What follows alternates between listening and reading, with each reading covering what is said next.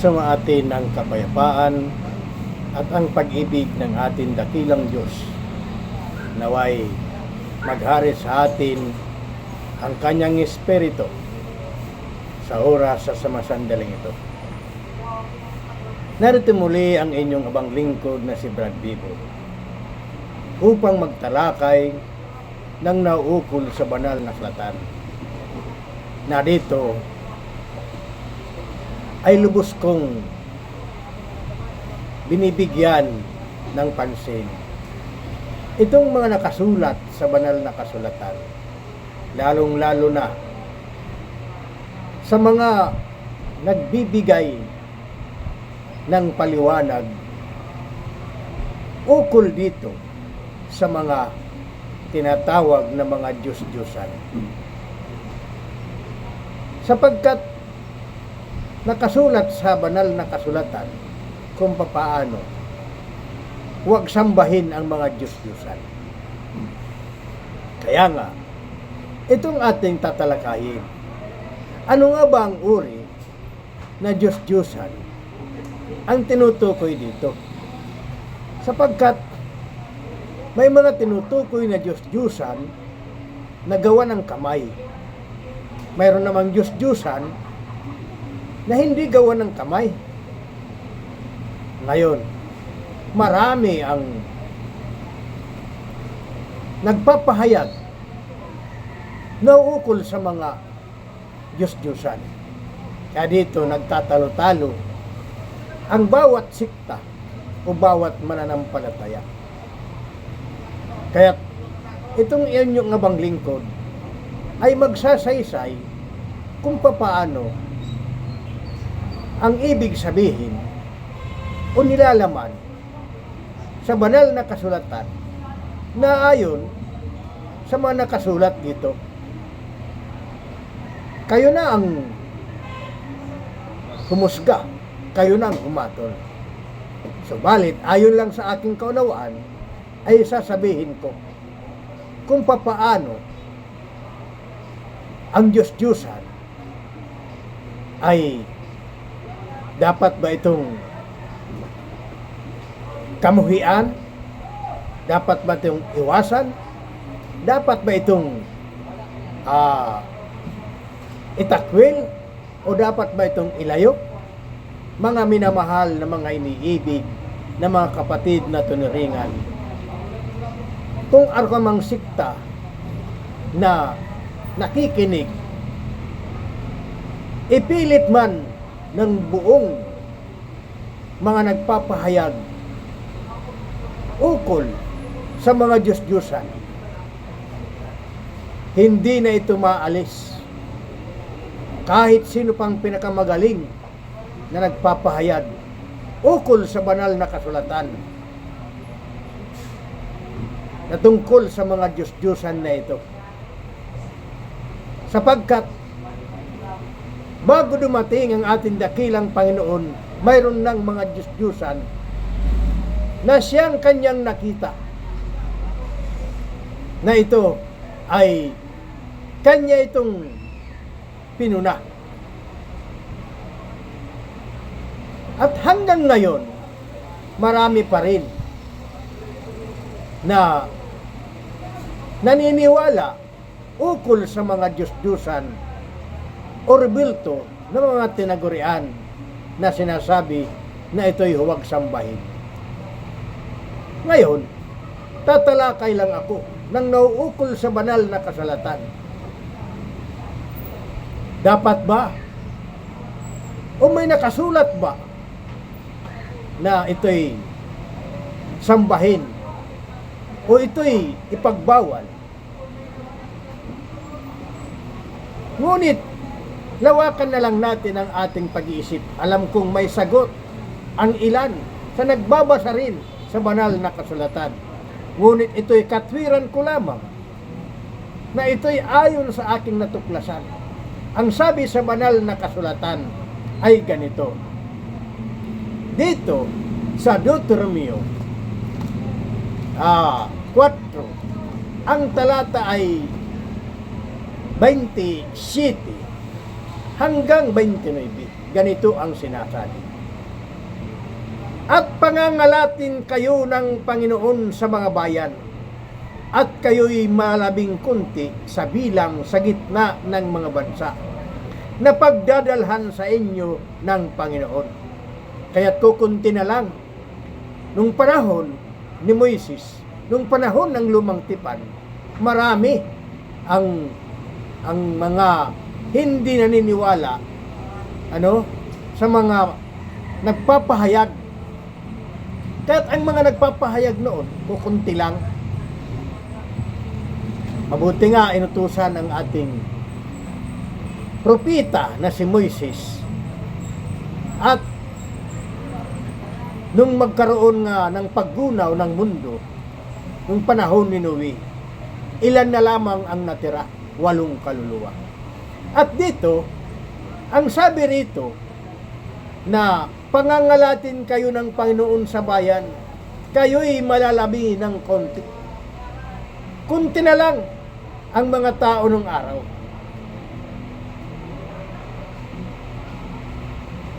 At kayo'y malalabi ng konti sa bilang sa gitna ng mga bansa na pagdadalan sa inyo ng Panginoon. So, ang mga nagpapahayag noon, kukunti na lang. Ngayon, talagang marami na nagpapahayag. Kanya-kanyang diskarte, kanya-kanyang parabola, kanya-kanyang pasikat ng mga nagpapahayag, no? Laging kapurihan ang mga nangyayari sa kanilang mga sarili, no? Magagaling kuno, subalit kulang sa katwiran ng naayon sa banal na kasulatan. Bugso lamang ito ng minsan kaisipan at bugso ng kanilang mga damdamin na para bagang talagang ang espiritu ay nagpapahingalay sa sangkatauhan. Kaya kung magsalita ay para bagang kahit mali-mali na, imin pa rin ang imin. Yan ang mahirap Ayaw lubos na unawain ang mga nakasulat sa banal na kasulatan. Ang sabi sa 28, at dooy maglilingkod kayo sa mga Diyos na yari ng mga kamay ng mga tao, kahoy at bato na hindi makakakita, ni makakarinig, ni makakakain, ni makakaamoy. Ito ay sinabihan nung panahon ng mga Israelita na makakarinig kayo, at hindi makakakita, ni makakarinig, ni makakain, ni makakaamoy. Doon sa mga tinutukoy sa mga larawang yaon. Kaya nga, yung iba, wala silang pakialam, no? Basta ang paniniwala, may Diyos at sumasamba sila, anumang gawin ng kanilang pagsamba, anumang uri, huwag mong pakialaman. Kasi pag pinakialaman mo ngayon ang mga tao, yung mga humihipo sa mga larawan o rebulto, minsan may panyo, huwag mong pakialaman yan. Pananampalataya nila yan. Dahil dyan, minsan ay nagkakaroon sila ng kalakasan, kagalingan, kasiyahan, katuwaan, pananampalataya yun.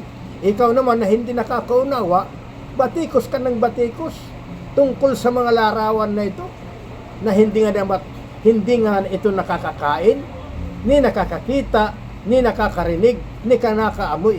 Kita mo yun? Ayon sa banal na kasulatan. Ngayon, ang karugtong ay ganito. Ngunit mula roon ay iyong hahanapin ang Panginoon mong Diyos. Kaya sa ayot sa gusto mo na ikaw ay bumabatikos sa mga larawang ito, dahil ang paniniwala ng taong ito na siya'y mangmang, subalit dahil nga sa may takot siya, ang sabi rito, mula roon, ngunit mula roon ay iyong hanapin ang Panginoon mong Diyos. Kaya yung iba, tumingin lang sa mga larawan o rebulto, nagkakaroon na ng takot. Yung iba dyan, wala nang larawan o rebulto, pero walang takot. Ano? Kaya ganun na lamang sila kung magsalita. Ngayon, umiiral ngayon na ang mga naniniwala sa may mga rebulto, may takot at may mapaggalang, makikita mo nga dyan minsan. Nagmamano pa. Pero ang mga ito, na hindi nagkaroon ng takot, laging bumabatikos tungkol sa mga larawan o rebulto, abay kung magsalita itong mga lapastangan, minsan nga, sasabihan pa na,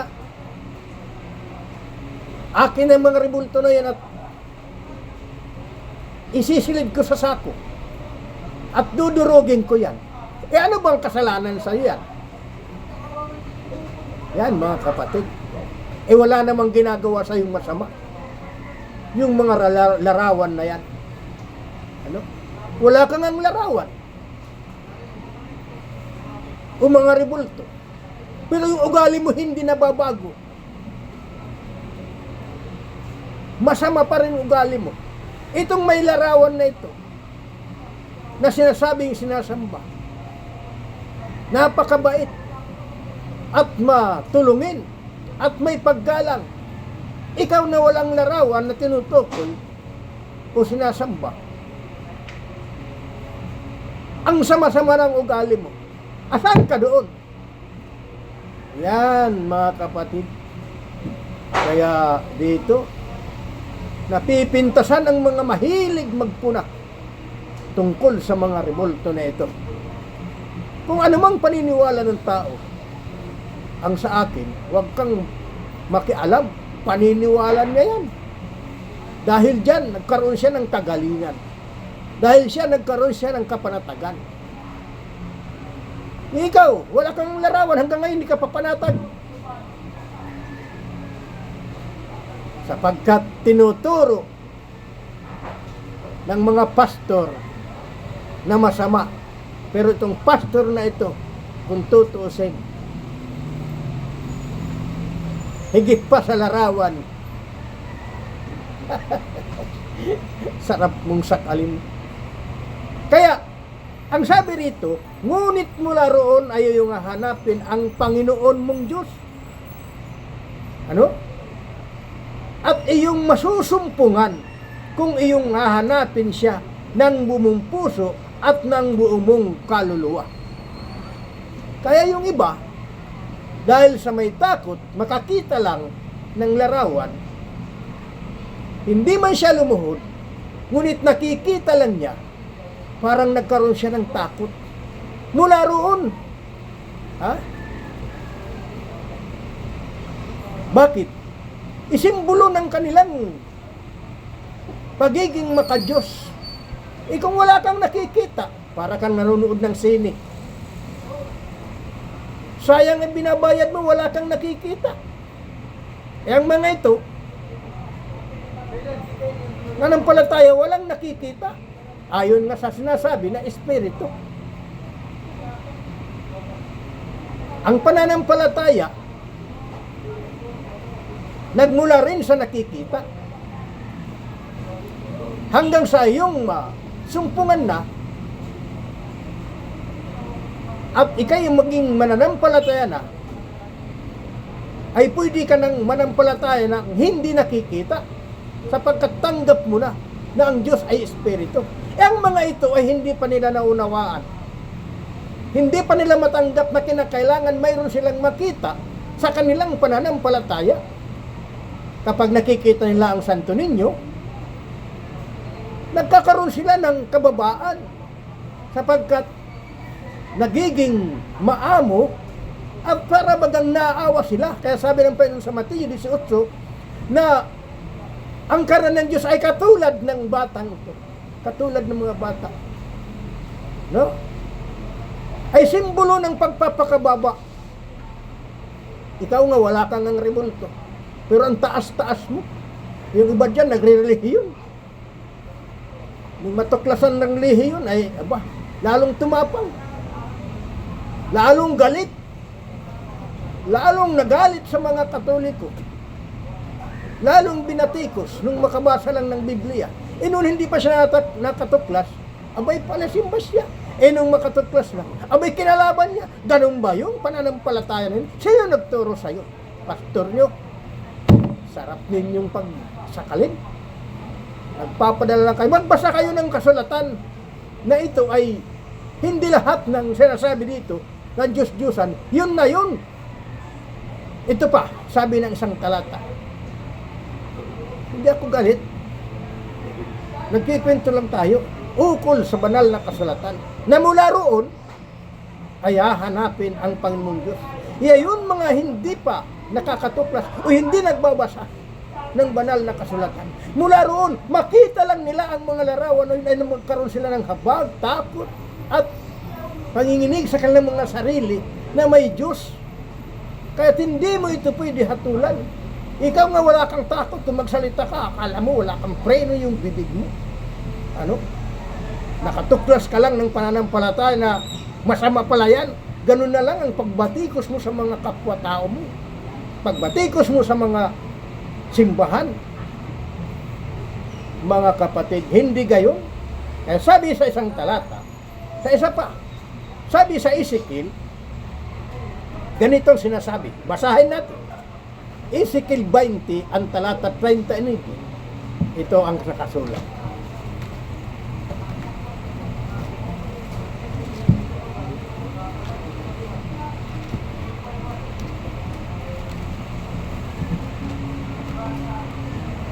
Ezekiel 20, ang talata ay 39. Ganito ang nakasulat dito.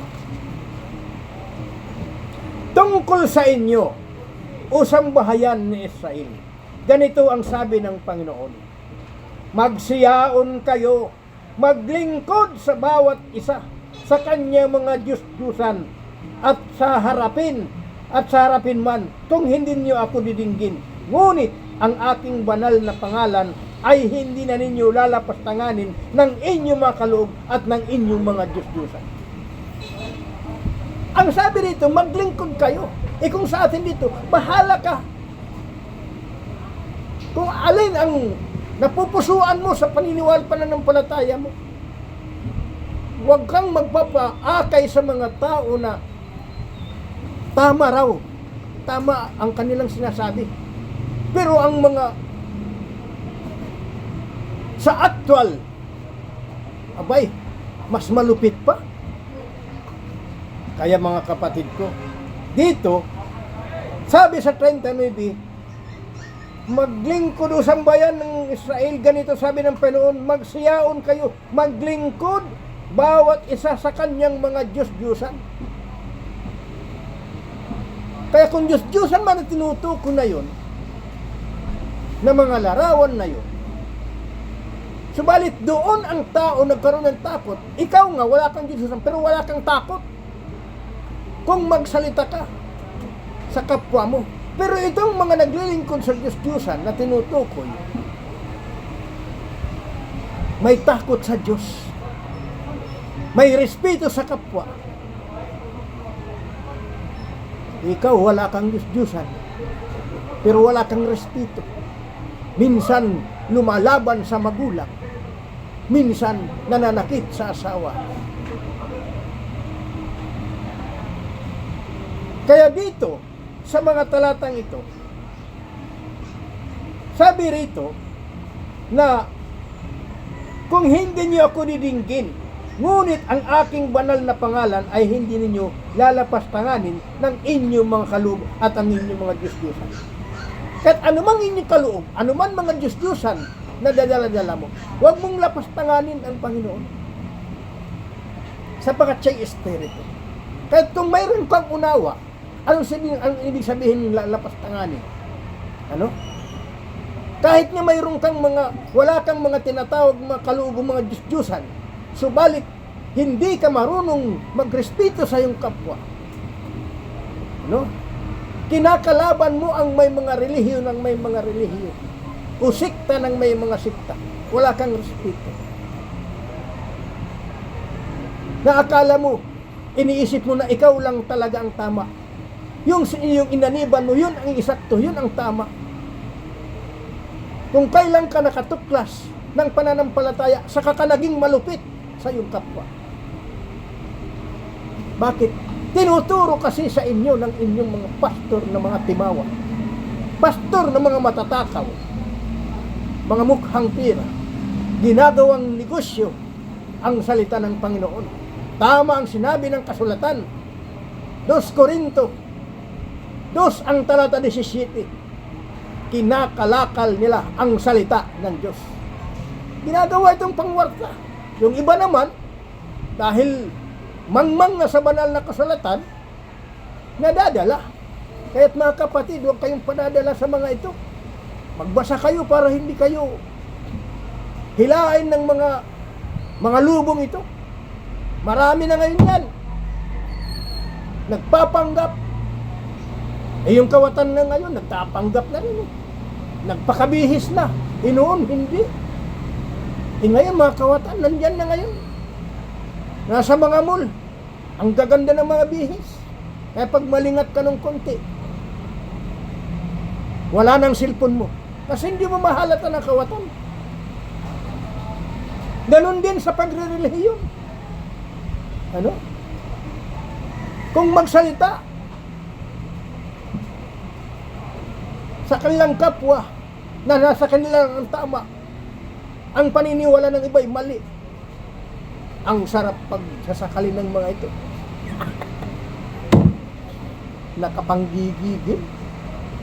Kaya mga kapatid ko, ito'y sinasabi ko lang ayon sa aking natuklasan sa banal na kasulatan. Ang sabi sa 40, sapagkat sa aking banal na bundok, sa bundok ng kaitaasan ng Israel, sabi ng Panginoon Diyos, doon ako paglilingkuran sa lupain ng buong sangbayanan ng Israel. Nilang lahat, dooy tatanggapin ko sila at doon ko hihingiin ang inyong mga handog at ang mga unang bunga ng inyong mga alay, 10 ng lahat ng inyong banal na bagay. Kaya anumang mga banal na bagay, anumang mga handog mo, kung ito ay napakahalaga sa iyo, ang kanyang handog ay nagmumula sa puso. Yung handog mo nagmumula sa nguso.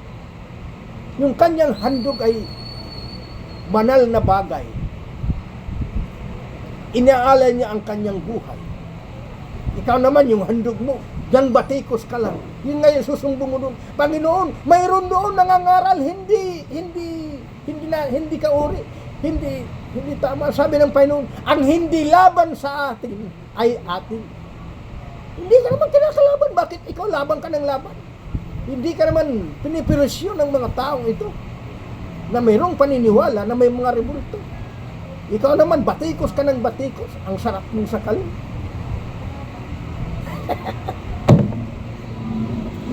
Ngayon, ang sabi rito, sa isa pang talata, basahin natin. Ganito, basa. Dito sa Hukom 10, ang talata ay 14. Ganito.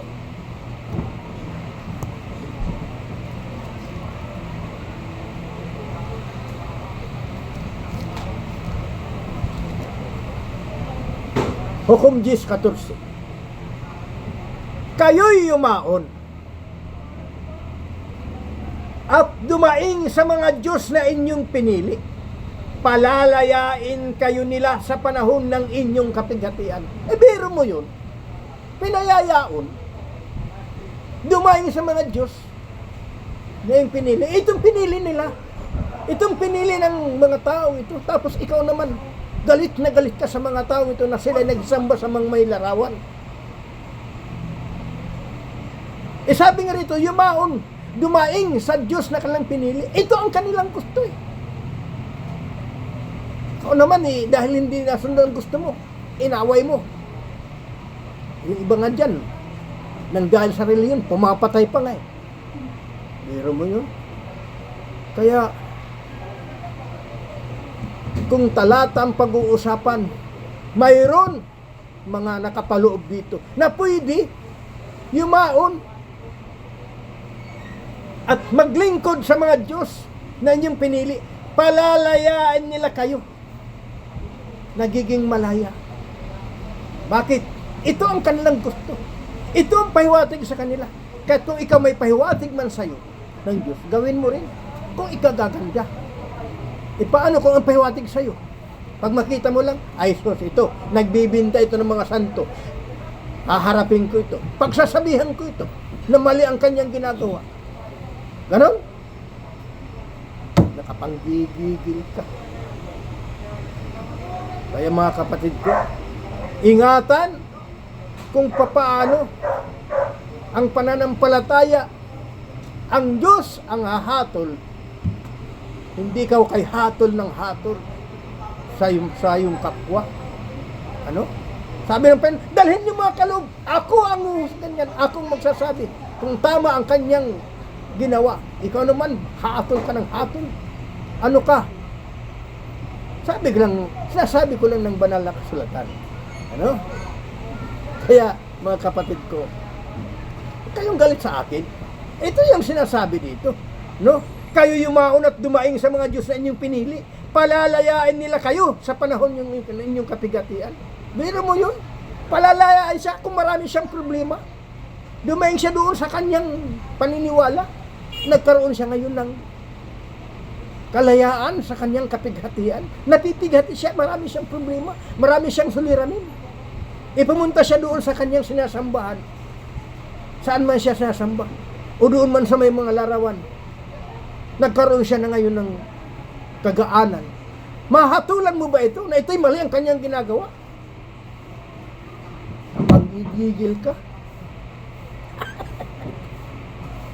Kaya, maraming ibig sabihin ng mga Diyos-Diyusan. Hindi lang ito. Paano itong isang talata na babasahin ko? Isang oral ito ng Diyos-Diyusan. Basa. Dito sa Kolosas 3, ang talata 5 ay ganito.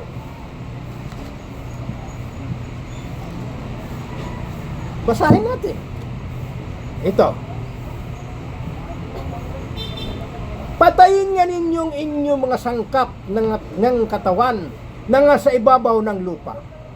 Ano ito? Pakikiapid, karumihan, masamang pita, masamang nasa, kasakiman, na iya'y pagsamba sa mga Diyos-Diyusan. Ngayon, anong masasabi mo dito? Isang uri pala itong pagsamba sa Diyos-Diyusan. Pinapapatay sa'yo. Ibuhay na buhay ang nasamba mo. Isang uri ng pagsamba. Yung mga rebulto na yan, hindi man yan buhay, pero wala namang ginagawa sa'yo.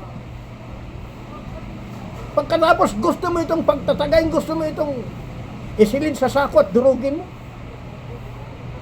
Ang kitid ng unawa mo. Kitid ng mga kaisipan ng mga taong ito. Ano? Nakatuklasan ng relihiyon.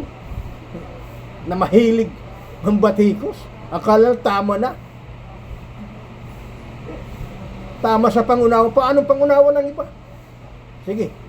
Pumunta ka doon sa Santo Niño. Andoon, marami doon mga rebulto doon. Pagkasaksakin yan, pag hindi kayo pinaguhuli doon ng pulis, pag hindi kayo kinuyog ng mga tao doon. Kaya, ang sabi rito, patayin ninyo ang inyong mga sangkap ng katawang nasa ibabaw ng lupa. Ha? Ano ito? Abay, pag-uugali ito eh. Alisin mo ito. Ano ito? Pakikiapid. Hindi mo mo pinapatay. Isang uri pag sa Diyosan yan. Mahilig kang makiapid. Mahilig kang manunod ng asawa ng may asawa. Lagi kang nakikiapid. Oh? Nakikiapid ka sa hindi mo kauri.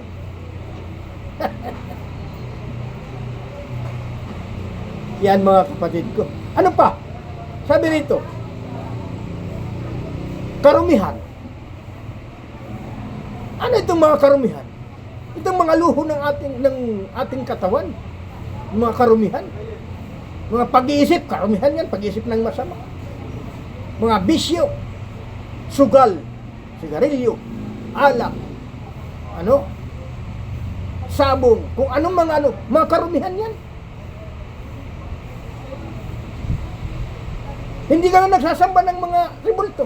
Ayaw mo nga yan. Pero itong pag-uugali na isa na sa'yo, isang uri yan ng pagsamba sa Diyos-Diyosan. Paano yan?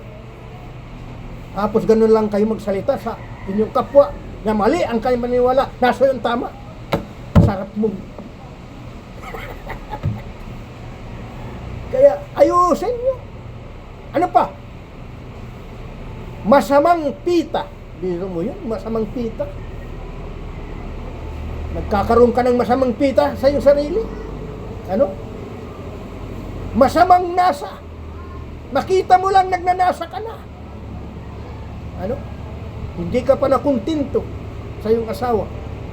Nakakita ka lang ng mas maganda sa iyong asawa. Pinagnanasaan mo na. Masamang nasa. Oh? Ano pa? Yung kasakiman. Yung pagiging sakim mo. Ano? Halimbawa, 5 kayo magkapatid. Magpapartihan kayo sa lupa. Pinagmana sa inyong magulang. Isa sa inyong sakim, gusto mong suluhin. Isa yan sa nagiging sakim. Maraming ibig sabihin ng sakim. Kaya dito, isang uri na pagsamba sa Diyos-Diyosan, ang sabi ng banal na kasulatan. Sasabi ko lang ang mga talatang ito. Kasi lagi kong naririnig kung papaano ang mga Diyos-Diyosan na ito. Kinakailangan daw sirain ang mga ito. Subukan nyo pumunta ng mga bahay, sirain yung mga alam mga Diyos-Diyosan. Sigurado matataga kayo. Mga kapatid ko, ingatan ninyo, ingatan ng bawat manampalataya kung makatuklas ka, palawakin ang kaisipan. Ano? Sa bawat pagganap, sa bawat pagtupad ng naayon sa banal na kasulatan na kinakailangan dito, lalo natin bigyan ng kahalagahan, no? Ang pananampalataya na hindi lahat ng nakasulat sa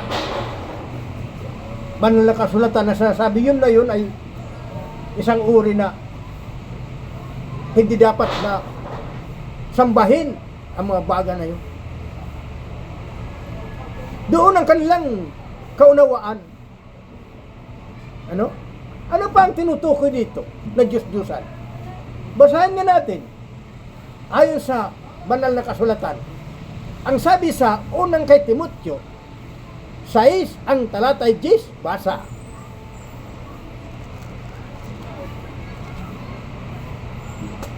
Ganito. Sapagkat ang pag-ibig sa salapi ay ugat ng lahat ng uri ng kasamaan. Biro mo, isang uri pala na pagsamba. Pag ito'y mukhang salapi ka, pag-ibig sa salapi, may nangangailangan, ayaw mong bitawan. Halimbawa, may ihiram sa'yo, gipit na gipit. Pwede ba makahiram? Hindi mo pa hiramin, bakit? Napunta ka sa pamahiin, gabi.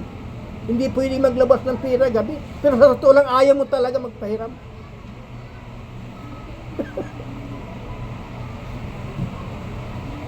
Mamamatay na lang yung kapwa mo na nangailangan tulong. Ayaw, nagiging masakim ka. Yan ang sasabi dito, sakim. Pag-ibig sa salapi. Ano? Ay ugat ng lahat ng uri ng kasamaan. Nagiging masama ka. Lalo't kung mayroon kang kalaban, gagamitin mo yung pera, ipapapatay mo ang iyong kapwa. Pag-ibig sa salapi ay ugat ng lahat ng uri ng kasamaan. Pero mo yun. Pati kapatid, kinakalaban mo na dahil sa pera. Walang kapakapatid. Bakit nagiging sakim? Isang uri na pagsamba sa Diyos-Diyosan. Ugat ng lahat ng uri ng kasamaan. Kaya ang pananampalataya raw sa tao ito, nangasinsay ang kanilang pananampalataya. Tinuhog ang kanilang sarili ng maraming mga kalumbayan. Kaya kung ganyan ka kasakin, ganyan ka mukhang pera na hindi mo na hindi mo na maitulong sa kapwa. Bakit? Sapagkat nagiging Diyos-Diyosan na ito sa iyo. Paano kung ikaw ang mga ilangan? Wala nga silang pera pero ang kanilang sarili. Limbawa, nagkaroon ng nangailangan ka ng tulong. Ayaw mong tumulong, bakit? Magiging makasarili ka. Kaya mga kapatid, binabasa ko ang banal na kasulatan na maraming uri ang Diyos-Diyosan, hindi lang mga larawan, pati pag-uugali, pati ang mga ganito. Number 1 na Diyos-Diyosan, kung tutuusin, pera. Kahit kung wala kang pera sa mundong ito, hindi ka magkakaroon ng maraming kaibigan. Pero kung may pera ka, marami kang kaibigan. Pero kung wala ka ng pera, kunti lang kaibigan mo. Minsan pag may sakit ka, ayaw na nga dumalaw sa iyo. Pero kung may pera ka, ay lagi kang kilala. Pero kung wala ka ng pera, sino ang nagtatyaga magbantay sa ospital sa iyo? Siyempre, yung magulang mo. Kaya dito, isang uri ito na paalaala, ang sabi rito sa 11, datapat ikaw o tao ng Diyos, tumakas ka sa mga bagay na ito. Sumunod ka sa sa katwiran, sa kabanalan, sa pananampalataya, sa pag-ibig, sa pagtitiis, sa kamuan. Yan ang uri ng pananampalataya. Ibig sabihin, magkaroon ka ng pag-ibig. Kahit may pira ka, kung hindi ka sakit, hindi ka natumasamba sa Diyos. Kinakailangan, sabi rito, tumakas ka sa mga bagay na ito. Anong tatakasan mo? Itong nagpapaalipin sa sarili mo, na nagiging gahaman ka na, nagiging mapagmalaki ka na, nagiging hambog ka na, nagiging mayabang ka na sa sarili mo dahil sa pera. Kaya, isang uri yun na pagsamba sa Diyos-Diyosan. Sige, ihambing natin, larawan sa pera. Kung alin ang nanakawin, Diyos-Diyosan ang pera. Sigurado talaga, pera. Kaya, isang uri na talagang napakalaga ang pera na Diyos-Diyosan. Kung hindi ka marunong gumamit. Ang iba, alipin ng pera. Sana ikaw ang umalipin sa pera.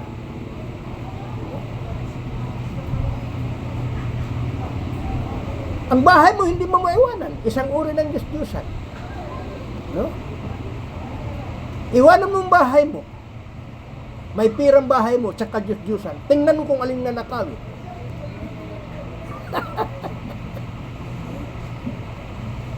Tapos, batikos ka ng batikos sa mga may larawan na ito.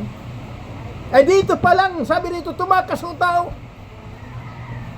sa mga bagay na ito. Sumunod ka sa sa katwiran. Kinakailangan mayroong kang pananampalataya, mayroong kang pag-ibig. Ito ngayon. Huwag kang magpaalipin sa mga Diyos-Diyosan na ito. Maging ang iyong sarili ay lumalabas ka na sa pag-ibig at mga palaala ng ating dakilang Panginoon. Kaya ang sabi rito sa isang talata, sabi sa Mateo 6, ang talata ay 24, basa.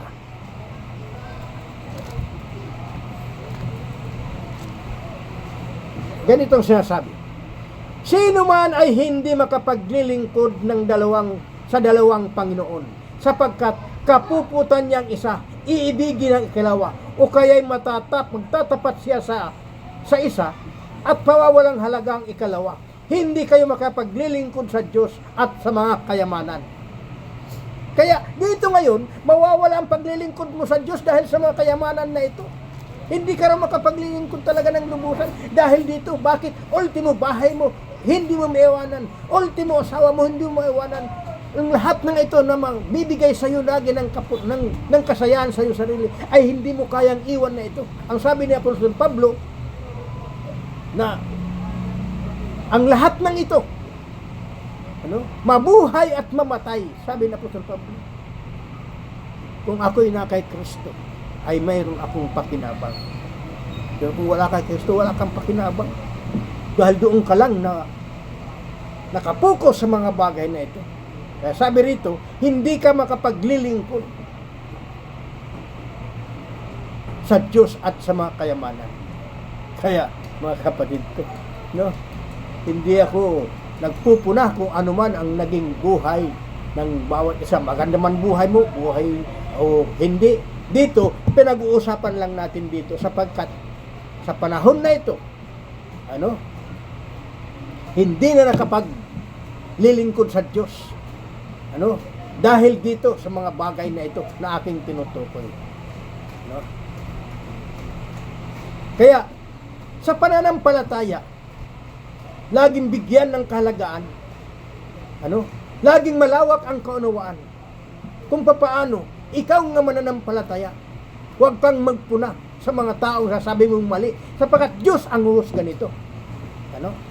Kaya hindi ka raw sa makapaglilingkod ng dalawang Panginoon. Kaya ang sabi rito sa isa pang talata, sa unang Pedro 4 ang talata ay 3 ay ganito. Unang Pedro 4 ang talata ay 3. Mayroon siyang sinabi. Ganito ang kanyang sinasabi.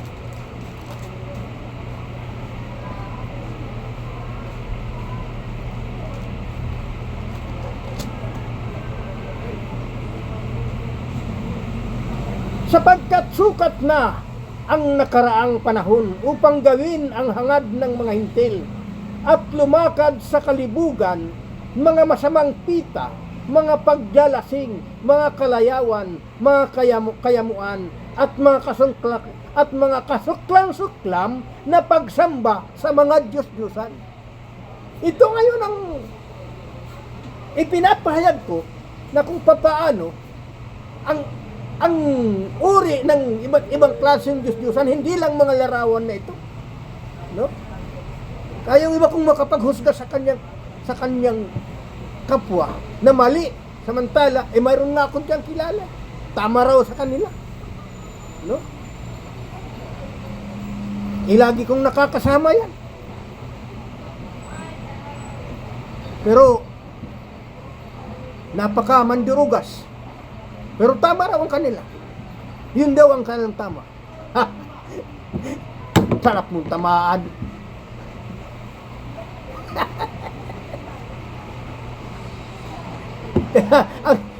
ang Diyos-Diyosan, may isa pang tinutukoy na Diyos-Diyosan. Ang sabi dito sa banal na kasulatan, sa Roma 1, ang talatay 25. Basa.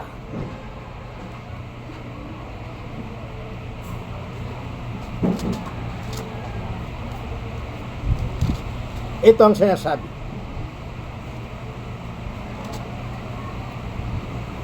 Sapagkat pinalitan nila ang katotohanan ng Diyos ng kasinungalingan, at sila'y nagsisamba at naglingkod sa nilalang kaysa lumalang na siyang pinupuri magpakailanman siya nawa. Yun. Biro mo, pinalitan nila ang katotohanan ng kasinungalingan at sila nagsisamba at naglingkod sa nilalang. Sino itong nilalang na sinasamba ngayon? Tao ito na nilasamba. Iba naman yung rebulto. Dito, ang sinasamba dito, tao, yung nilalang. Rebulto hindi naman nilalang yan. Ginawa yan ng tao. Yung nilang tao dito. Kaya't marami ngayon mga mananampalataya na ang sinasamba nila, yung kapwa-tao nila. Biro mo yun? Isang uri ng pagsamba sa mga Diyos-Diyosan. Pinalitan nila ang katotohanan ng Diyos ng kasinungalingan at sila nagsisamba at naglingkod sa nilalang kaysa lumalang. Biro mo yun? Marami ngayon mga pastor pinaglilingkuran. Para bagang sila na ngayon ang Diyos. Ano? Mga mananampalataya. Mayroon nga dyan. Siya na talagang kailangan sambahin. Kasi siya nang may hawak ng lahat ng kaluluwa. Nakapanggigigil. Ano? Mayroon dyan, ang mga, kung tawagin, mga kulto na. Ano? Hindi na ang Diyos ang sasamba, talagang kapwa-tao na. Sobrang pagkabilib nila. Kasi, hindi tinatablan ng bala. Kaya, doon na sila sumasamba sa nila lang. Ano? Yung iba naman, yung sobrang pagmamahal, hindi na siya naniwala sa Diyos, doon na lang sa kanyang minamahal. Kaya nung magpakamatay ang kanyang minamahal, pati na rin siya ay isang uri ng pagsamba niya. Ano? Sumubra ang kanyang pagsamba, sumubra ang kanyang pagmamahal. Kaya, mga kapatid ko, dito, nagsisamba raw sila sa nilalang kaysa lumalang. Marami ngayon. Yung kapwa-tao nila, akala mo, para bang, kung utusan sila, pwede sila pumatay. Sabihin mo lang, susundin ka namin. Biro mo yun? Wala nang takot. Mantala ang utos ng Diyos, huwag kang papatay.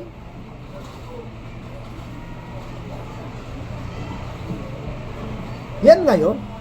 Kaya mga kapatid ko, itong pananampalataya, kung hindi nyo babasahin o bibigyan ng malawak na pagkakahulog ang mga nakasulat sa banal na kasulatan, sigurado ililigaw kayo ng mga ito.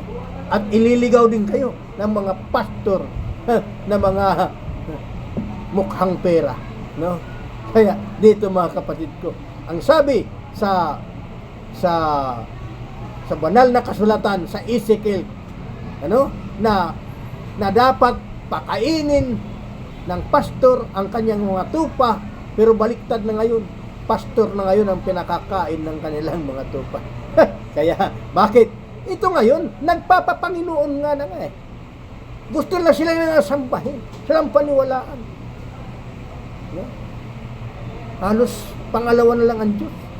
Yan tawag minsan, iba't ibang pagtawag na sa kanila, ano, ng mga ito. Kung ano-anong ipapatawag sa kanila. Sa akin, maraming tawag sa akin noon. Pero sabi ng Panginoon, ang tawag, kung magtatawagan tayo, magkakapatid lang tayo. No? Kapatid. Kaya sa English, brother. Yung ibang papatawag, master. No? Iba, nagpapatawag, rabay.